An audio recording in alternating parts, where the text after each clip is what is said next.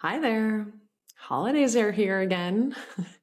Now, I know this can be a really incredible time where you get to connect with family and friends and have some downtime. And it can also be super stressful. You can be back around people that you might feel triggered with.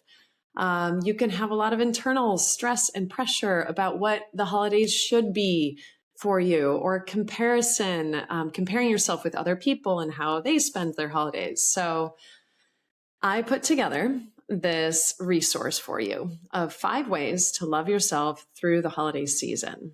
Okay, now these are practicing that I practice these as well. So I am not immune to it.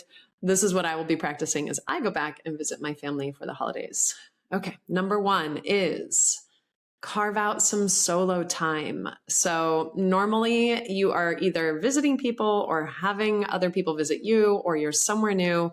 You're probably off your normal routine during the holidays. And some of that is super exciting and fun. And then the other part of that is your normal routine is your normal routine because that's what keeps you grounded and stable for most of the time.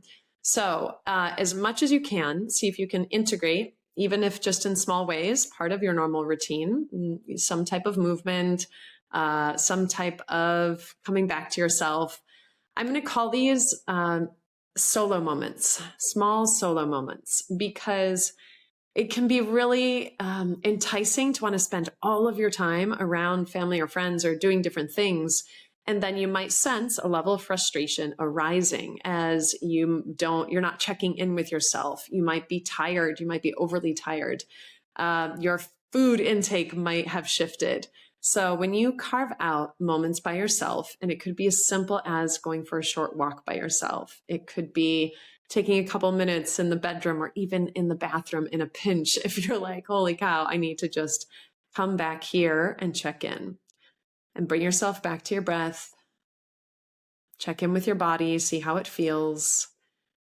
And this is what I teach in my self-love courses, the relationship with your body. Even if you're triggered, make a little room for that. Pull yourself away, come back, breathe, allow yourself to recognize that you're in a triggered state and let that be okay.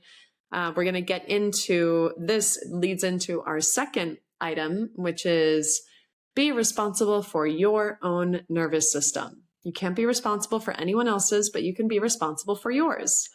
And that's a good thing. This is directly connected to number 1 too, because you might need to carve out these solo moments if you do get triggered. And also, if you feel anything coming up, you don't want to lay that out for anyone else. You want to be responsible to come back to your nervous system, and that will stop things from escalating.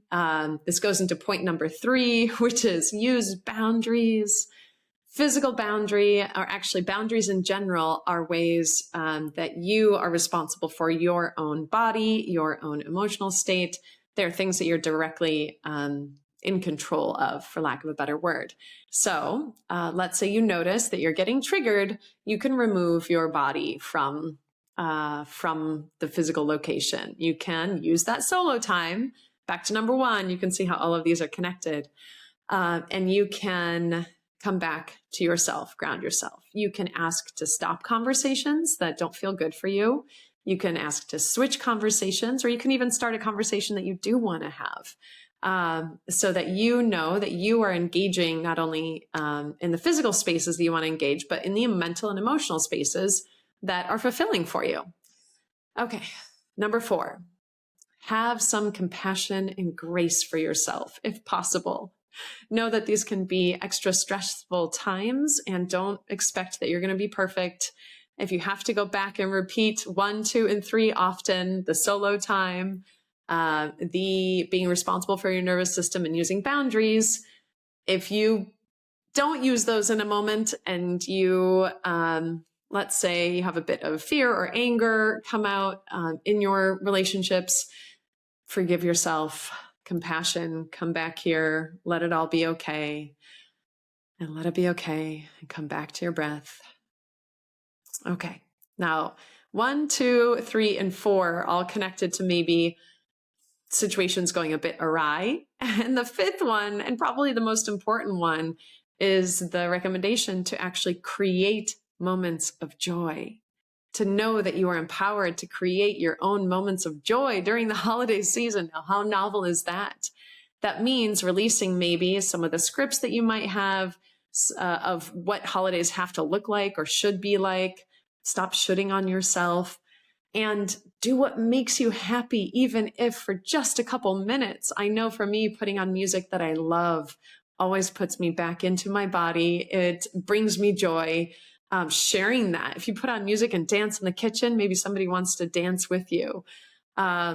If you're in the cold weather, go out and make a snow angel. Enjoy it. Oh my God, I live in Costa Rica and I'm going to go back to the snow. So I expect to do that at least once. Yeah, do things large and small that can bring you joy. And if you find yourself in a moment that isn't joyful, can you empower yourself to say, what would bring me joy in this moment? And then give it to yourself, and then invite other people to join with you. And if they're not in, again, you can go back to the other ones, which is use your boundaries. If you're doing something that brings you joy and that's not bringing someone else joy, it's okay. It doesn't have to. Maybe move your physical body, meet up with different people, create a solo moment for yourself, dance, put on the headphones and dance in the bathroom by yourself, get your own energy up. Remember that you are the one that is responsible for your nervous system and for your energetic being. I know in the holidays, it can be incredible. I hope you have an incredible time, no matter what you celebrate, no matter who you're with. And I want you to remember that you can always, always shift things by bringing yourself a little bit of compassion, forgiving yourself, letting go of what you think you should be like, being in the moment and asking yourself, what would bring me joy? I hope you have an incredible holiday season. Thank you so much for following. If you want more of this, I create spaces to learn about practical practices that can bring you back into a healthy, loving relationship with yourself. Mind, body, heart, and spirit. So please follow me at Loving Challengers on Instagram if you don't already.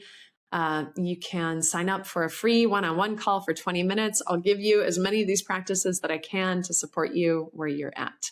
Or if you're ready for a deep dive, we can do a 6-month self-love journey. I will be starting one at the new year in 2025 so that you can start out your year with the most important relationship focus, and that is the one with yourself, because it is the relationship that every other relationship in your life stems from. I hope this helped. I would love some feedback, and enjoy the holiday season.